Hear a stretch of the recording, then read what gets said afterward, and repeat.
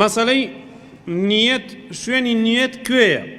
النية هي القصد ومحلها القلب. نیەت مەبەستە، شوێنی مەبەستیش دڵە. یعنی تۆ لە دڵی خۆتە مەبەستی ئەوەت هەیە ئەم کردارە بۆچی ئەەکەی، بۆ کێ ئەەکەی. نیەت بەدەم ناوترێت. بۆیە ئەو خەڵکانەی کە لە عیبادەتەکانیانە نیەت بە زمان دەرەبڕن ئەوە هەڵەیان کردووە، ئەوە بیدعەیە.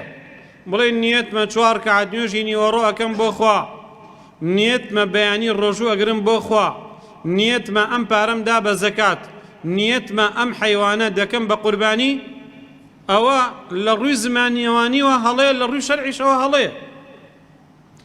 نیەت شوێنەکەی دڵە. دڵ ئەڵێ من لە دڵمە نیازی ئەوم هەیە، نیەتی ئەوم هەیە، مەبەستم ئەوەیە. بە زمان ناوترێت، هەم لە ڕووی زمانەوانیوە هەم لە ڕووی شەرعیشەوە. هەرگیز پێغەمبەری خوا صلی الله علیه و سلم نەیوتوە نیەتمە 2 ڕەکعەت نوێژی بەیانی بۆ خوا ئەکەم، نیەتمە 4 ڕەکعەت نوێژی عەسر ئەکەم. دایکە عایشە ڕەزای خوای پەروەردگاری لێ بێ دەفەرمێت كان رسول الله صلى الله عليه وسلم يبدأ الصلاة بالتكبير والقراءة بالحمد لله رب العالمين. پێغەمبەری خوا صلی الله علیه و سلم نوێژی بە الله ئەکبەر دەست پێ کردو، پێش الله ئەکبەر هیچی نەوتوە. نەیوتوە نیەتمە 4 ڕەکعەت نوێژ ئەکەم، ڕوون کرد لە خانەی خوا لە قیبلەی بە حەق لە کەلارەوە بۆ کەعبە، شتی وامان نییە، لە سلێمانیەوە بۆ کەعبە، بە ئیمامەت ئەیکەم، بە مەئمومی ئەیکەم، بە جەماعەت ئەیکەم، بە تاک ئەیکەم. نەخێر، شتی وا لە ئیسلامە نییە. خوای گەورە ئەزانێت تۆ نوێژ ئەەکەی بۆ کێ ئەەکەی. دەربڕینی بە زمان بدعەیە، هەڵەیە.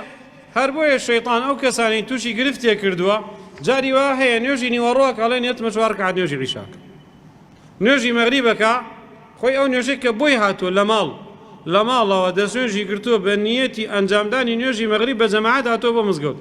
سەیر دەکەی لە کاتێکە کە ئەوێ نوێژ دابەسێ ئەڵێ نیەتمە 4 ڕەکعەت نوێژی عەسرەکەم، زمانی هەڵا ئەکات. باشە ئەگەر کەسێک وتی نیەتمە 4 ڕەکعەت نوێژی عەسرەکەم و بەڵام 3 ڕەکعەت مەغریبی کرد، نوێژەکەی نوێژی مەغریبە یا نوێژی عەسرە؟ نوێژی مەغریبە، نوێژەکەی دروستە. ئەوەی بەدەمی وتوێتەوە هەڵەیە، ئەوە دەور نابینێت، چونکە ئەو لە ماڵەوە بە مەبەستی نوێژی مەغریب هاتووە، بە نیەتی نوێژی عەسر نهاتووە، عەسر تیا ڕۆیشت و کاتەکەی بەسەر چوو. بۆیە وتنی نیەت بە زمان بدعەیە.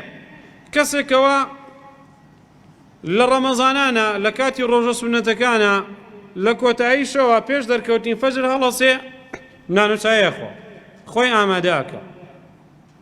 بۆچی لەو کاتەیە نانەخوا؟ نیەتی ڕۆژوگرتنی هەیە. ئەی بۆ لە ڕۆژەکانی ترە، لە کاتەکانی ترە، لە ماوەکانی ترە لەو کاتەی هەڵناسێ قاوەتی بەیانی بکە؟ لەو کاتانە کاتی نان خواردنی بەیانیان نییە. ئەو کەسێک کە لە کۆتاییشەوە هەڵەسێ نان ئەخوات دیارە نیەتی ڕۆژوگرتنی هەیە. تنێگەرەکە بڵێن نیەتمە بەیانی ڕۆژووی ڕەمەزان ئەگرم. خەڵکێکی هەڵێ وەڵام مەسەڵەن شۆڕچیان بۆ پارچەم کرد و ئەوە ئێستا تا سەعات 8 هاتوومە دەخەورە بەڵام شەو نیەتم نەهێنەوە. ئەڵەم هیچت خواردووە؟ ئەڵێ نەخێر هیچم نەخواردووە. ئەی کەواتە تۆ نیەتی ڕۆژوگرتنت هەیە، بۆیە لە نیوەشەوە هەڵساوی، بۆیە ئێستا هیچ ناخۆی لەبەرەوەی ئەو خەوتن ئەو خواردنەی کە لە شەوا خواردوتە کە پێوترێ پارشێ و لە دوای ئەوە خۆت گرتوتەوە لە خواردن و خواردنەوە و ئەوانەی کە ڕۆژوو دەشکێنن دیارە تۆ نیەتی ڕۆژوگرتنت هەیە. تنێگەرەکە بڵێ نیەتمە ڕۆژوگرت، یا کەسێک خۆی ئەشۆرێت، کەسێک دەستنوێژەکرێت، تۆ بۆچی ئەچی دەبەر مەغسەلەکە؟ بۆچی ئێستا حەمام لەگەڵ ڕێزمە؟ بۆ دەستنوێژگرتن، بۆ لابردنی لەشگرانی. ئەو ڕۆیشتنەی تۆ بۆ ئەو شوێنە نیەتی دەستنوێژگرتن و نیەتی خۆشوەردنە. نیەتەکە لە ناو دڵە، نەیگەرەکە بە زمان بێڵێت. هەندێک لە خەڵک دەڵێن ئەی باشە بۆچی لە حەج و عومرەیە دەڵێ لەبەیک اللهم عومرەتەن لەبەیک اللهم حەجەتەن؟ ئەوە نیەت هێنان نییە بە زمان، ئەڵێن نەخێر، ئەوە دەربڕینی دروشمێکە لە دروشمەکانی حەج. تەلبیەکردن لە عومرە و لە حەجە ڕێک وەکو تەکبیرەی ئیحرام وایە. تەلبیەکردن کەوتت لەبەیک اللهم عومرەتەن لەبەیک اللهم حەجەتەن داخلی ئیحرامە بیت. هەر وەکو چۆن ئەگەر کەسێک نیەتی نوێژی هەبێ، دەستنوێژی گرتووە، جلێکی پۆشتەی لەبەر کردو، ڕووی کردووە لە قیبلە، هاتا نەڵێ الله ئەکبەر چۆتە ناو نوێژەوە؟ نەخێر. ئەگەر کەسێک خۆی شواردبێ بۆ عومرە بۆ ئیحرام، جلی ئیحرامیشی لەبەر کردبێ، ڕوویشی کردبێ لە قیبلە، هەتا نەڵێ لەبەیک اللهم عومرەتەن داخلی ئیحرام بۆ نەخێر. پێشەوە توانێت نینۆک لە خۆی بکاتەوە، توانێت بۆن لە خۆی بدات. ئەتوانێت نزیکی خێزانەکەی ببێتەوە. بەڵام لەگەڵ ئەوەی وتی الله ئەکبەر بۆ نوێژ کۆمەڵی قسە و کردار و ئەوانە لەسەری حرامە بێت. لە عومرە وتی لەبەیک اللهم عومرەتەن کۆمەڵی وتە و کردەوەی لەسەر حرامە بێت. ئەو لەبەیک عومرەتەن یا لەبەیک حەجەتەن ڕێک بەرامبەر تەکبیرەی ئیحرامی نوێژ وایە. کەسێک کە نوێژەکە پێش نوێژکردن نیەتی نوێژکردنی هەیە، کەسێک کە عومرە ئەکات نیەتی عومرەکردنی هەیە، کەسێک کە حەجەکە نیەتی حەجکردنی هەیە. نیەت جیاوازە لە تەلبیە، هەروەکو چۆن لە نوێژە نیەت جیاوازە لە تەکبیرەی ئیحرام.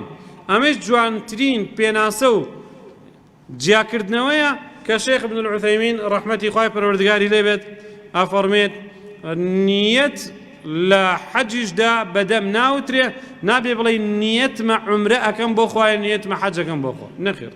أي لبيك اللهم لبيك اللهم عمرة لبيك اللهم حجة وكو تكبير إحرام وداخل بن بشعيرة وعبادتي عمرة كردنا يا حج كردنا أو دربريني أو عبادتي نك نية بو هناني.